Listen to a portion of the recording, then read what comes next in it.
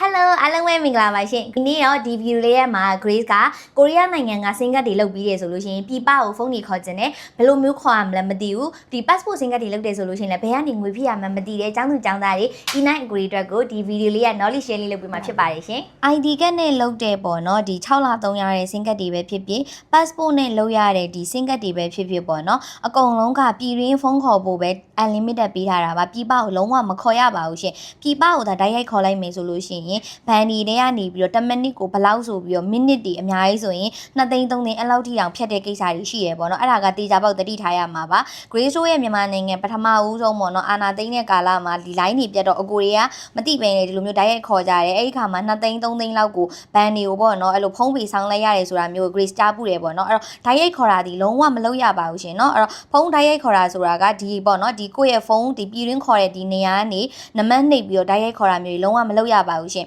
အဲ့တော့ဒီ application ကနေတဆင့်ခေါ်ရပါမယ် application က2မျိုးရှိတယ်ရှင်ပေါ့နော်ဒီ The Pay နဲ့နောက်ထပ်99 Pay ဆိုပြီးတော့2မျိုးရှိရယ် Grace ကတော့99 Pay ကိုမသုံးဘူးတဲ့အတွက်ကြောင့်မို့လို့ The Pay application ကနေဘယ်လိုမျိုးဖုန်းခေါ်ရမလဲဆိုတဲ့ဟာလေးကိုပြောပြပေးမယ်နော်ဒီဆိုတဲ့ application လေးကိုရိုက်ရှာပြပါမယ်ရှင်နော်ဒီ Samsung ဆိုရင်တော့ Play Store ပေါ့နော် iPhone ဆိုရင်တော့ Apple Store မှာ The Pay ဆိုပြီးတော့ application လေးကို download လုပ်လိုက်ရပါမယ်ဒီရပါရှင်ဒီ The Pay ဆိုတဲ့ application ကို download လုပ်ရမယ်ပေါ့နော် Grace ကတော့ down ပြီးသားပေါ့အဲ့တော့ဒါလေးရှိတယ်ဒီမှာဆိုလို့ရှိရင်ဒါ language change တွေရတယ်ကိုကဘာသာစကားနဲ့သုံးကျင်လဲပေါ့သုံးလို့ရတယ် Grace ကတော့ English အနေနဲ့သုံးထားတယ်ပေါ့နော်အဲ့တော့သုံးပြီးွားရင်ကိုကဒါဆိုရင်ဒါဒီ Grace ရဲ့ sign phone ပေါ့နော် sign phone နံပါတ်ဖြစ်ပါတယ်အဲ့ဒါကိုဒီ passport စင်ကတ်တွေပေါ့နော်တစ်လကို3600ဒါမှမဟုတ်ရင် ID ကတ်နဲ့လုပ်တဲ့အသားကတ်တွေပေါ့နော်ပြောရမယ်ဆိုတနည်းအားဖြင့်အသားကတ်တွေပေါ့ဘန်နဲ့မချိတ်ထားတဲ့အသားကတ်တွေကိုငွေဖြည့်ကျင်နေဆိုလို့ရှိရင်ဒီမှာ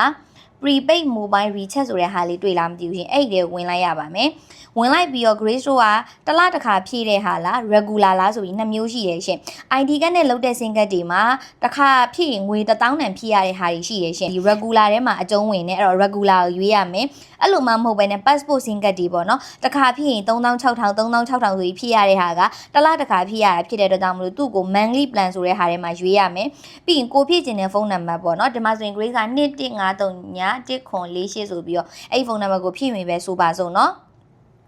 အဲ့တော့ဖြည့်ဖို့လုပ်လိုက်ပြီးွားလို့ရှိရင်အောက်မှာပေါ့နော်သူကဘယ် line လဲဆိုတာရွေးခိုင်းနေပေါ့ကိုကတိတိကျကျမသိဘူးဆိုလို့ရှိရင်လည်း unknown carrier ဘယ် line မှတိကျမသိဘူးဆိုရင်ပြောလိုက်ရင်ရတယ်သိတယ်ဆိုလို့ရှိရင်လည်းတိကျကျကိုယ့်ရဲ့ line ကပေါ့နော် passport စင် line ကဘာ line လဲ snowman လားဘာလားတိကျသိရင်တိကျရွေးပေါ့မသိရင် unknown carrier ဆိုပြီးရေးလို့ရတယ်ပြီးသွားရင်ဒီမှာကိုကဘယ်လောက်တန်ဖြည့်ကျင်တာလဲဒါကတော့ monthly package ကိုရွေးထားတာဖြစ်တဲ့အတွက်ကြောင့်အောက်မှာ package တွေအများကြီးရှိရပေါ့ဒါပေမဲ့ Grace တို့ဒီပုံမှန်လောက်တာတစ်လကို3600ရန် package ပဲလောက်တာဖြစ်တဲ့အတွက်ကြောင့်မို့လို့အဲ့ package လေးကိုရွေးထားတယ်တကယ်လို့ regular ဆိုရင်သူကဘယ်လိုဖြစ်သွားမလဲဆိုတော့ဒီမှာ1000ရှိရယ်ဘယ်လောက်တန်ဖြည့်မလဲဆိုရင်အများကြီးရှိရယ်1000ဘူးလား2000ဘူးလား3000 5000ဒါ regular ကြတော့အဲ့လိုမျိုးဒါ monthly plan ကြတော့ package နဲ့သွားတာဆိုတော့3600ပေါ့ recharge ဆိုတဲ့ဟာလေးကိုနှိပ်လိုက်မယ်ဆိုရင်ကို့မှာဘန်ကောက်မရှိလဲကို့တငယ်ချင်းဘန်ကောက်နဲ့ဘယ်ဘန်ကောက်နဲ့ပဲဖြစ်ဖြစ်ရတယ်ပေါ့နော်အဲ့တော့ဘန်ကောက်ရဲ့အနောက်ဘက်မှာရှိရဲ့ကဏ္ဍလေးတွေပြီးရင်သူ့ရဲ့ expire date တွေပေါ့နော်အဲ့ဒါလေးကိုနှိပ်ပြီးတော့ payment လုပ်လိုက်ပြီဆိုရင်ဒါငွေဖြစ်ပြီးသားဖြစ်သွားပါပြီရှင်ငွေဖြစ်ပြီးသားကိုလည်းပေါ့နော်ငွေဖြစ်ပြီးသားကိုလည်းဒီဖုန်းနံပါတ်ပေါ့နော်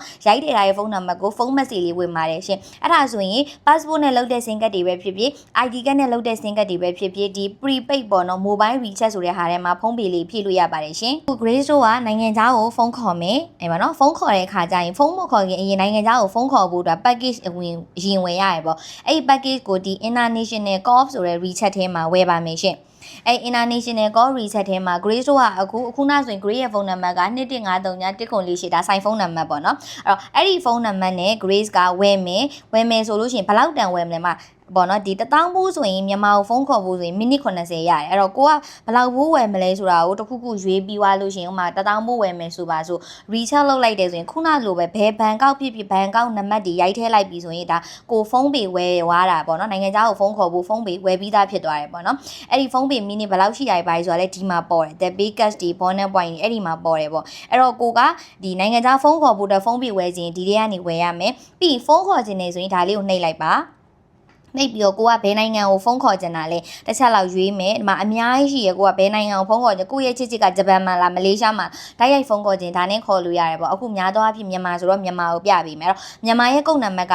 +95 ပေါ့အဲ့တော့ Grace တို့မြန်မာတွေရဲ့နံပါတ်ဒီအရှိမှာ3ကိုဘာညာဆိုပြီးတော့ပေါ်ရတယ်မလားအဲ့တော့ဒါဒီ3သဘောဖြစ်သွားတဲ့အတွက်ကြောင့်3ကိုဖဲပြီးတော့ကျန်တဲ့အနောက်က6ကနေစပြီးတော့ဘာနံပါတ်တွေရှိလဲရှိရဲ့နံပါတ်တွေကိုရိုက်ပြီးတော့ဖုန်းခေါ်တာကိုနှိပ်လိုက်မယ်ဆိုရင်